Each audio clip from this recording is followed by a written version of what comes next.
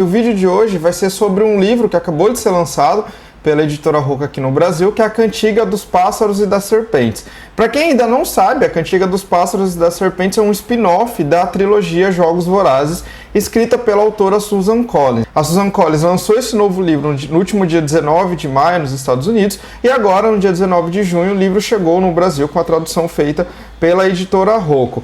O vídeo de hoje eu vou fazer um pouco diferente do que geralmente eu faço aqui no canal, porque eu vou tentar não falar spoilers, uma vez que eu acho que muitas pessoas ainda não leram o novo livro ou estão lendo agora, e aí eu não quero estragar a experiência de leitura para quem está vindo assistir o vídeo aqui no canal neste momento. Também não vou fazer um vídeo com spoilers porque eu planejo fazer um segundo vídeo sobre A Cantiga dos Pássaros e das Serpentes, que eu vou lançar aqui no canal no próximo mês, que será um vídeo onde eu farei uma análise mais densa, assim como eu tenho feito as análises da trilogia Jogos Vorazes. Para quem ainda não assistiu, já tem aqui no canal uma videoaula sobre o romance Jogos Vorazes e sobre o romance Em Chamas. Eu vou deixar o link para esses vídeos aqui na descrição e deixo o convite para vocês assistirem também. Esses vídeos que eu tenho feito sobre a trilogia Jogos Vorazes faz parte de um projeto que eu tenho desenvolvido com a Biblioteca Pública e Municipal da cidade de Jundiaí, em que mensalmente eu tenho lançado videoaulas sobre os romances da Susan Collins. Nas próximas semanas eu devo lançar a videoaula sobre A Esperança e no próximo mês eu devo fazer aqui uma videoaula sobre A Cantiga dos Pássaros e das Serpentes. Aí será um vídeo maior, com análises mais profundas, e aí um vídeo que terá spoilers. Para que você fique por dentro de todos os vídeos do canal e você fique sabendo quando os vídeos forem lançados, se inscreve aqui no canal, ativa o sininho, que assim você recebe no seu e-mail quando o novo vídeo for postado aqui. Já deixa também um like aqui nesse vídeo se você gosta da trilogia Jogos Vorazes, se você está ansioso para saber o que acontece, se é bom ou se é ruim esse novo livro, que o like de você ajuda bastante aqui na divulgação do vídeo e também no crescimento do canal.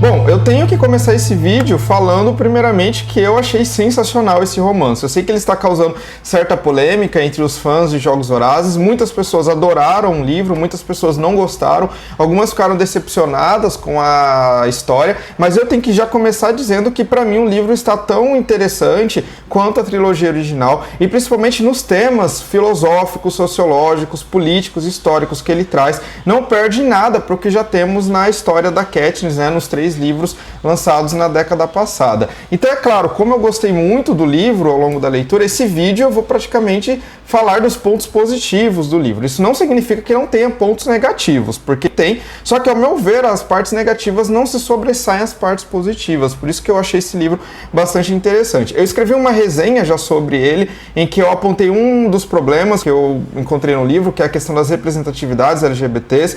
Caso você queira saber do que eu estou dizendo, eu vou deixar também o link dessa resenha aqui na descrição. Neste momento eu não falarei muito sobre esse tema, porque para falar eu teria que dar spoilers, e aí eu vou deixar para discuti-lo com mais densidade no vídeo, né, que eu farei o mês que vem sobre esse mesmo romance.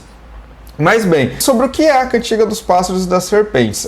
É preciso ter em mente que a história se passa 64 anos antes da história da Katniss. Então nós temos aqui Panem, um estado que já é governado por um líder autoritário, é um estado que acabou de sair da guerra, né, dos dias escuros, fazem 10 anos que a guerra terminou, e é uma Panem bastante diferente do que a gente conhece na trilogia.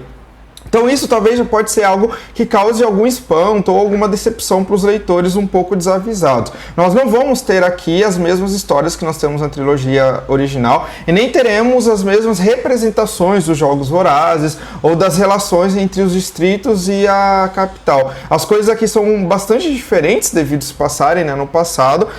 O que vai ter em comum é essa questão do Estado, né, autoritário, de uma capital governada por pessoas autoritárias que governam com mão de ferro os distritos. Sobre os Jogos Vorazes, estamos na 10ª edição, e nesse momento os jogos ainda estão sendo aperfeiçoados. Nós não temos todo o glamour, toda a espetacularização da violência que a gente vai encontrar na trilogia original. Então a gente não vai ter também uma representação dos jogos conforme a gente viu na época da Katniss, em que há toda uma valorização midiática do evento, há toda uma construção de imagem dos tributos. Aqui eles são tratados de formas bastante diferentes, como eu vou contar para vocês ao longo do vídeo.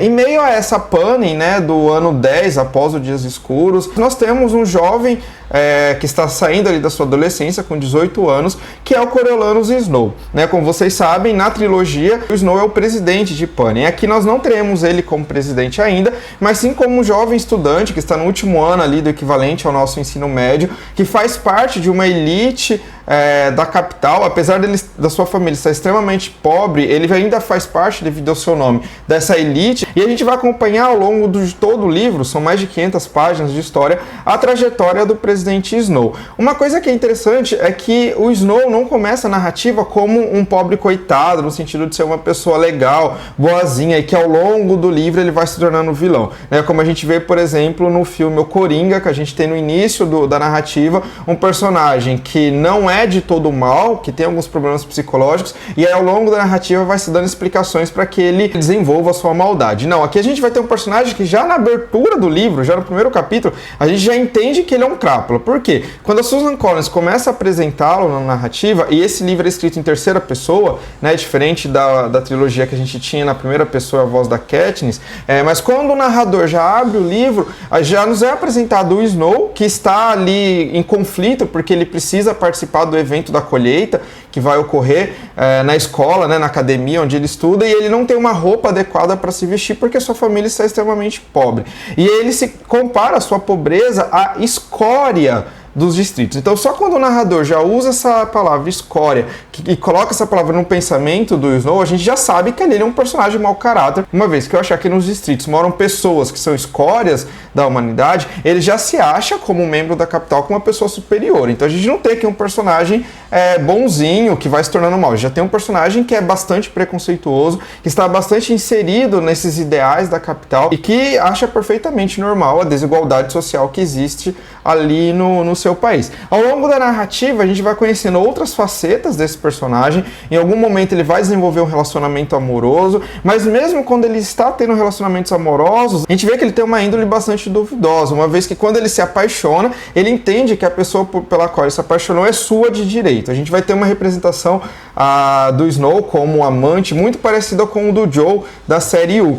Então, para quem já assistiu a série, acho que vocês vão ter em mente o que eu estou dizendo aqui. É um personagem extremamente egoísta, que só pensa em si mesmo e que acha que o mundo deve girar ao seu redor. Quando ele percebe que o mundo não gira, ele vai cometer algumas atrocidades para conseguir vencer alguns obstáculos. Então, isso foi uma das coisas que eu mais gostei ao longo da narrativa. A autora não ficou tentando criar desculpas para que esse jovem de 18 anos se tornasse um crápula e futuramente se tornasse o que a gente conhece na trilogia. Não, ele já é uma pessoa mau caráter desde o início da narrativa. E ao longo do livro a gente vai vendo uma série de exemplos que demonstram como ele é uma pessoa nada agradável, nada confiável, né, e que já aponta para aquele vilão que ele vai ser 60 anos depois. É claro que aqui o Snow tem 18 anos, então ele não é exatamente igual ao que nós vamos ver na trilogia original. Nenhuma pessoa com 18 anos vai ser exatamente igual quando ela chegar aos 80 anos, por exemplo, que é mais ou menos a idade que o Snow tem na época que a Katniss participa dos jogos. Então é claro que algumas características psicológicas do personagem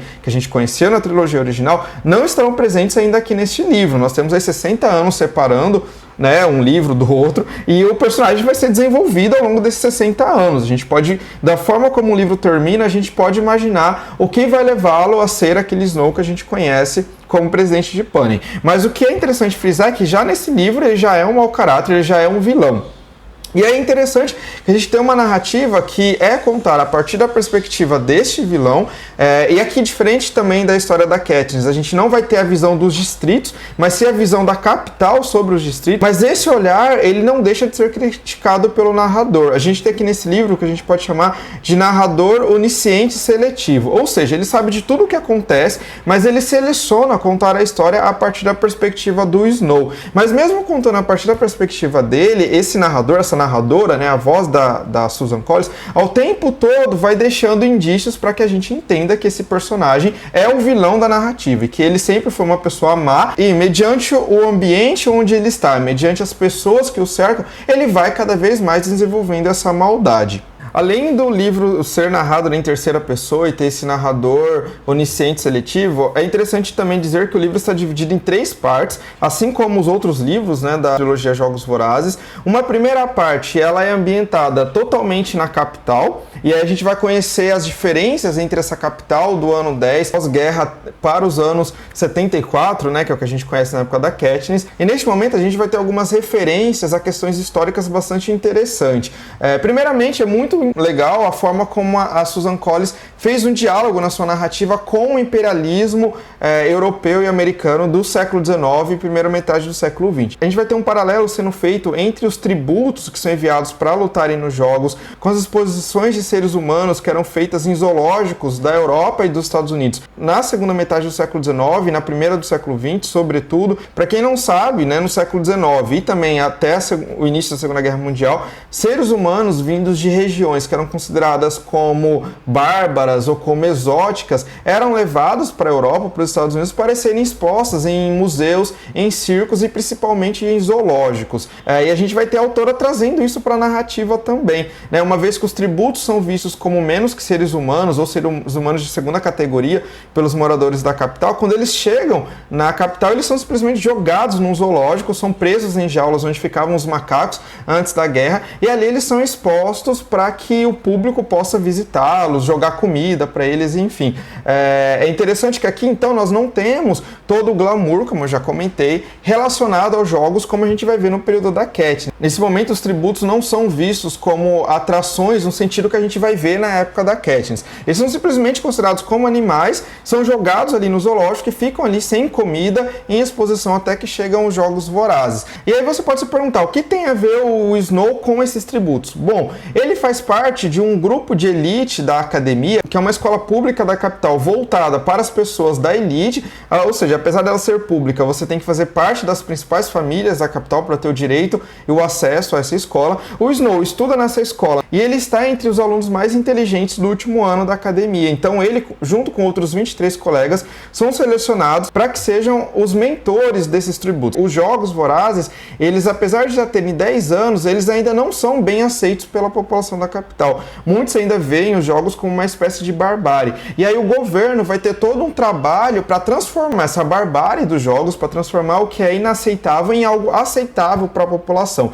Então, com esse objetivo, a gente vai ter o governo, junto com esses alunos da academia, criando uma série de mecanismos que façam com que os jogos fiquem mais atrativos. Então, é nessa 10ª edição que a gente vai ter a introdução dos mentores, e aí que o Snow entra, né? O Snow vai ser escolhido como mentor da garota do Distrito 12. A gente vai ter também a inserção dos patrocinadores, a gente vai ter a inserção de um apresentador que também tem o sobrenome Flickman, que vai apresentar os Jogos Vorazes. E o que acontece nesse 10º jogo é bem semelhante ao que aconteceu recentemente no Brasil com o Big Brother 20. Por quê? Nós já tivemos 19 outras edições do Big Brother, é um reality show. Lembrando que os Jogos Vorazes não deixa de ser também um reality show. E assim como o Big Brother, que estava de certa forma em decadência, ninguém ligava muito pro Big Brother, assim também eram os Jogos Vorazes. Mas naquele mundo, ninguém ligava porque achava que era uma barbárie. E assim como agora, em 2020, a Globo criou um mecanismo que atraiu diversos públicos para assistir o Big Brother, trazendo influencers e etc., a Capital vai criar novos mecanismos para que esse jogo se torne interessante para os habitantes da capital. E o resultado vai ser bastante positivo. Pela primeira vez, a gente vai ter diversas pessoas se interessando, patrocinando e assistindo os jogos. E ainda nessa primeira parte do livro, a gente conhece então a Lucy Gray, que é essa tributa do Distrito 12, que foi alocada como tributo do Snow. No início ele odeia a ideia, primeiro porque ele acha um absurdo ficar com ele alguém do Distrito 12, que é o menor distrito, o mais pobre, então ele acha que ele está sendo preterido ali entre os demais alunos, e depois ele fica revoltado que ele fica justamente com a menina e não com o menino, porque na ideia dele, mulheres têm menos chances de sobreviver dentro da capital. Então já vai vendo como que é o caráter desse personagem, né? A Lucy, ela é uma personagem bastante curiosa, ela faz parte de uma espécie de grupos circenses ou de grupos teatrais, ela canta, e junto com esse grupo ela viajava por todos os distritos fazendo shows, até que a guerra entre a capital e os distritos se iniciaram, e ela e seu grupo de amigos ficaram presos no Distrito 12, tanto que ao longo da narrativa ela vai falar em diversos momentos que ela não se considera uma garota do Distrito 12, e o Snow, muito esperto, vai se utilizar dessa fala dela para tentar criar uma certa empatia entre os habitantes da capital, dizendo que ela poderia ser, de repente, uma moradora da capital, que por falta de sorte foi parar nos distritos. A Lucy, ela ela tem uma boa relação com serpentes, inclusive quando ela é escolhida como a atributa do Distrito 12, acontece ali um evento envolvendo serpentes e tal, que chama a atenção do Snow, que chama a atenção já do público da capital, e ela também canta muito bem, né? E aí a gente já pode pensar de onde vem a origem do título do livro, a Cantiga dos Pássaros e das Serpentes. Ainda nessa primeira parte a gente vai conhecer outros personagens muito interessantes, entre eles está o Sejanus, que é o meu personagem favorito,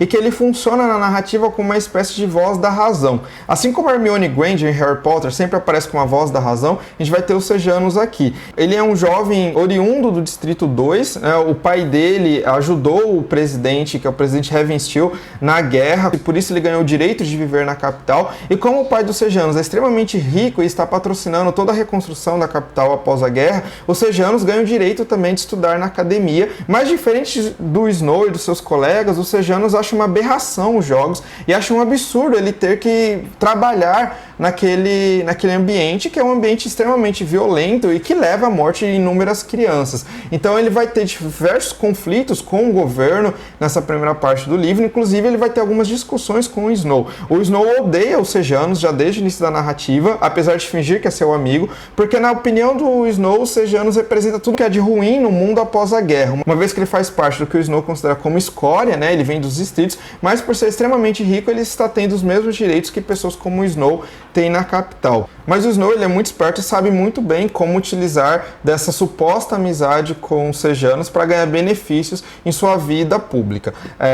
Na primeira parte do livro, então, a gente vai ter toda a apresentação desses personagens. Além dos Sejanus, a gente vai conhecer também um outro personagem que já é bastante conhecido, que é a Tigris, que é a prima do Snow aqui na narrativa, que é bastante amiga do Snow, mas que a gente vai conhecer pouco dela ao longo da narrativa, uma vez que ela sempre aparece quando o Snow precisa de alguma ajuda da sua prima, então ela aparece ali como um personagem que dá suporte emocional e às vezes financeiro também para o seu primo. Mas do pouco que a gente conhece da Tigris, é perceptível que ela é uma personagem bastante diferente do Snow, que não concorda com as atrocidades que são perpetuadas pela capital e que também não vê com bons olhos os Jogos Vorazes. Então aqui a autora já dá indícios para a gente do porquê, 60 anos depois, ela vai se virar contra o seu primo e vai ajudar, né, a líder dos rebeldes, vai ajudar o Tordo, que é a Katniss. A gente vai conhecer diversos estudantes, amigos do Snow, há muitos personagens mesmo sendo apresentados na primeira parte do livro, e há mais dois que eu acho que vale a pena citar. O primeiro é o Casca Highbottom, que é o reitor da academia, que é atribuído a ele a criação dos Jogos Vorazes. Vai ser um personagem que vai ter bastante importância também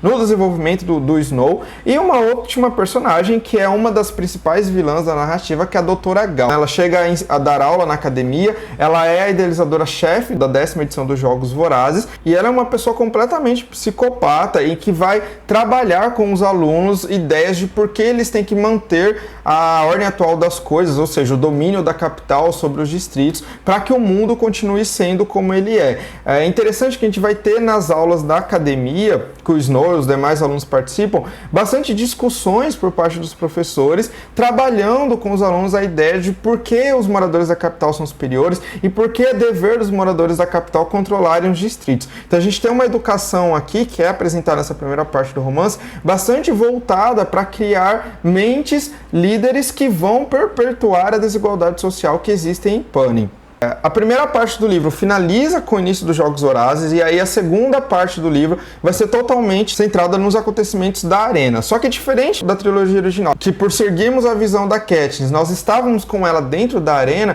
agora a gente acompanha os jogos pelos olhares do Snow, que está assistindo os jogos por uma televisão. Então, para algumas pessoas pode ser um pouco decepcionante essa parte do livro, uma vez que a gente não vai ter tantos detalhes sobre os jogos quanto tivemos na trilogia original. A segunda parte do livro termina de uma forma espetacular, que eu acho que se o livro for transformado em filme, talvez ele vire 2 filmes, e a primeira parte do filme termine quando acaba a segunda parte do livro, porque acontece algo que a gente não espera. A narrativa está caminhando para um lado, e quando chega no último capítulo da primeira parte, a Suzanne Collins faz uma mudança brusca, e a narrativa vai para totalmente outro lado, para algo inesperado. E aí a gente entra na terceira parte do romance, que é totalmente centrada no Distrito 12. Então a gente vai ter, a primeira parte do romance, uma apresentação do que é Panem, Panem e centrada na capital, segunda parte do romance centrada nos Jogos Vorazes e a terceira parte do romance totalmente ambientada no Distrito 12. Bom, aí vocês podem estar me perguntando, Vitor, mas por que você gostou tanto do romance? Bom, primeiramente eu gostei da escrita da Susan Collins, é uma escrita diferente de como ela fez nos Jogos Vorazes. Nos Jogos Vorazes, como a gente parte da perspectiva da Katniss, a Katniss tem um pensamento que é muito rápido, então as coisas acontecem de forma muito rápida, às vezes a gente nem deu tempo de respirar uma morte que aconteceu ali na Esperança e outras pessoas já estão morrendo, é tudo muito rápido. Aqui o Snow, ele não tem um pensamento tão rápido quanto a da Katniss, porque ele não está correndo risco de vida como a Katniss está o tempo todo. Então a sua história é narrada de forma um tanto quanto mais devagar do que nós temos na trilogia original, e isso pode fazer com que o livro pareça menos interessante, mas para mim foi muito bacana esse jogo que a autora faz na forma de narrar mediante o tipo de pensamento e o tipo de perspectiva e o que está acontecendo com o seu personagem. Eu gostei bastante de como ela mostrou essa Panem que ainda não é como a que vamos conhecer na trilogia, e os temas que ela trata principalmente são os que mais chamaram a atenção. Eu não sei vocês, mas para mim Jogos Vorazes, a maior riqueza está, além de termos uma protagonista maravilhosa como a Katniss,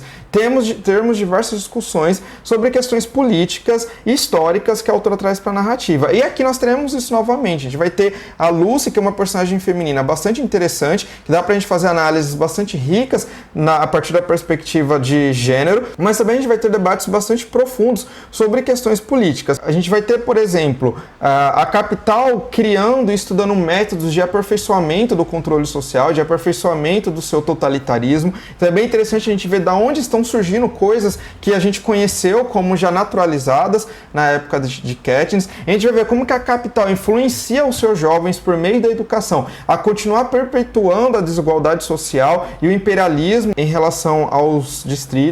Ao mesmo tempo, para representar essa Panem, a autora Susan Collins lança mão de uma série de referências históricas. Uma delas, que assim, já chama atenção no início do livro, é a data em que é feita a colheita. Nós não sabíamos exatamente, né, quando que era feita, a gente sabia que era no verão, pelas descrições que a Katniss faz no livro, mas agora a gente descobre que a colheita acontece sempre no dia 4 de julho. O dia 4 de julho, atualmente, é comemorado a independência dos Estados Unidos. Panem é um Estados Unidos futurístico e a autora faz uma referência aqui, então, entre a data de independência e a data em que é feita a colheita, ou seja, que é selecionado os tributos que vão participar dos Jogos Vorazes. A gente vai ter novamente referências à antiguidade greco-romana, né? Eu já falei bastante sobre isso no vídeo que eu fiz aqui sobre Jogos Vorazes, em como os jogos em si têm bastante alusões aos jogos de gladiadores da Roma Antiga. Aqui eles vão estar ainda mais semelhantes aos jogos de gladiadores. Nós não temos nesse momento arenas super tecnológicas como a gente vai conhecer na época da Katniss. Aqui os tributos são jogados dentro de um estádio da capital, e aí esse estádio é muito parecido na forma que ele é descrito com o Coliseu, por exemplo, e ali são dadas armas para eles e eles lutam até morrer. Então a gente vai ter um diálogo muito maior aqui com os jogos de gladiadores do que a gente ainda vai ter na trilogia original. Para além disso, todos os habitantes da capital continuam tendo nomes de origens greco-romanas. Então a gente vai ter Coriolanos, que é um nome de origem latina, a gente vai ter Lisístrata, que é um nome de origem grega, e diversos outros nomes que às vezes a gente até se perde, porque há muitos personagens e muitos nomes. Mas é curioso esse cuidado da autora em sempre trazer nomes de origem greco-latinas para os habitantes da capital. A gente vai ter, como eu já comentei, alusões ao imperialismo do século XIX, início do século XX, na forma como os tributos são tratados pela capital, na forma como eles são expostos em zoológicos, como eu já comentei. A gente vai ter também, por meio dos sejanos, um debate sobre o colonizado que passa a viver junto do colonizador, mas que não se identifica nem com o colonizador, nem com os demais colonizados. E ao passo que ele também nunca é visto pelos habitantes do Império, pelos habitantes da metrópole, pelos habitantes da capital, neste caso, como um igual. Os sejanos, ele sempre é visto como um garoto que veio dos distritos. E ele não se identifica mais como um garoto dos distritos, mas ele também não se identifica como um morador da capital. E os moradores dos distritos são ora vistos como bárbaros, ora como seres humanos de segunda categoria.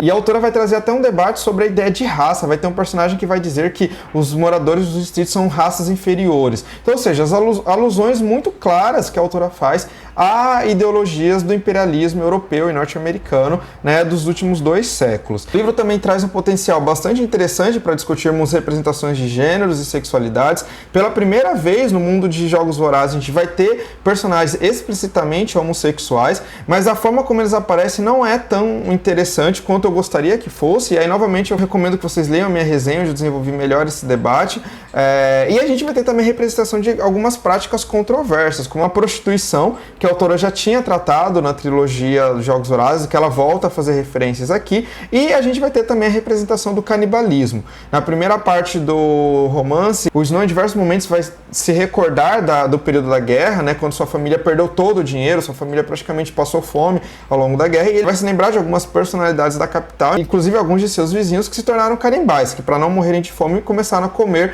pessoas que haviam morrido na guerra. Este livro é mais um romance distópico da Susan Collins, só que diferente da trilogia original, ele está muito mais centrado em mostrar como Panem se tornou a Panem que nós conhecemos na época da Katniss, do que em falar sobre os Jogos Vorazes e representar, né, os jogos em si. É claro que nós vamos ter a 10ª edição aqui, como eu falei, a segunda parte do livro é toda centrada nos acontecimentos dos jogos, mas eles têm menos importância do que o desejo da autora de mostrar como que uma sociedade vai aos poucos criando um mecanismo de controle social que naturalizam violências e que espetacularizam as violências, como a gente vai ter na época da Katniss. O Coriolanus Snow, ele é o protagonista da narrativa e ele também é o vilão. Desde o início do livro, a autora já deixa claro que ele é um personagem mau caráter e que não podemos esperar nada de bom desse personagem. Mesmo quando ele toma atitudes benéficas, essas atitudes são tomadas porque ele está pensando somente em si mesmo, e não porque ele é um personagem altruísta que está desejando o bem para os outros. Ele não vai ter pudor nenhum em passar por cima de pessoas, em cometer assassinatos, para que ele conquiste aquilo que ele deseja ao final da narrativa.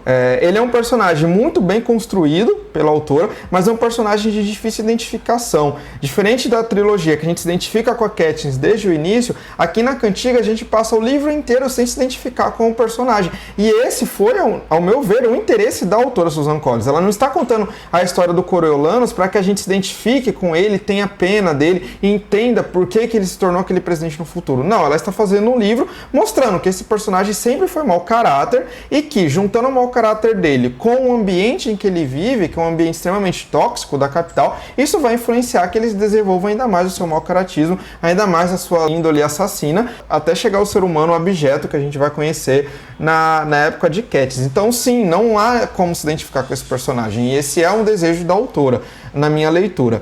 Ao mesmo tempo a gente vai ter personagens adoráveis, como a Lucy, que é bastante interessante, bastante complexa também. Como a narrativa é contada pela perspectiva do Snow, a gente nunca sabe exatamente o que a Lucy está pensando, o que a Lucy está querendo.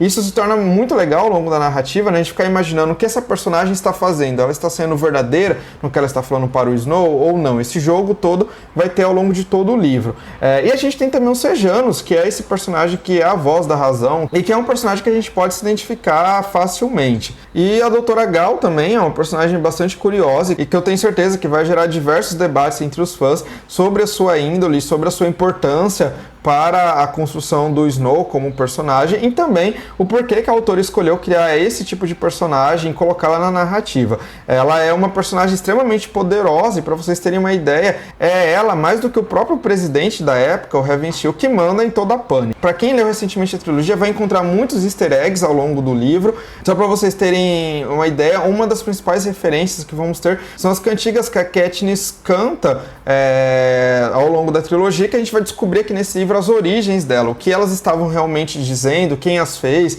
e etc. E vamos ter diversas outras referências bastante bacanas.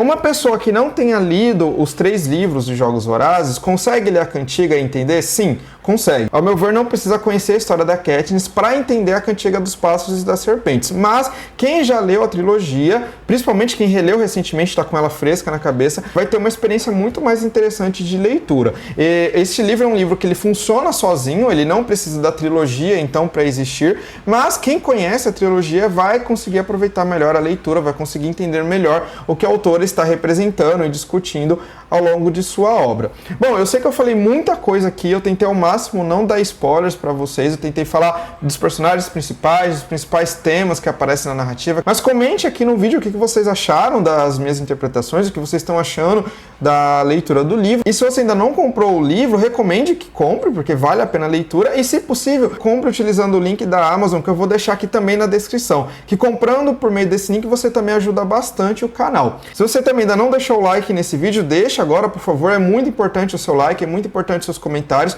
para que o vídeo chegue em mais pessoas, para que o canal cresça, e também não se esqueça de se inscrever aqui no canal e assistir os outros vídeos que eu fiz já sobre a trilogia Jogos Vorazes, e aguardar também um outro vídeo sobre a Cantiga, em que eu vou desenvolver melhor a análise desses temas que aparecem no livro, que eu citei por alto aqui ao longo do vídeo. E com isso eu finalizo o vídeo, espero ver vocês nos próximos, e até lá!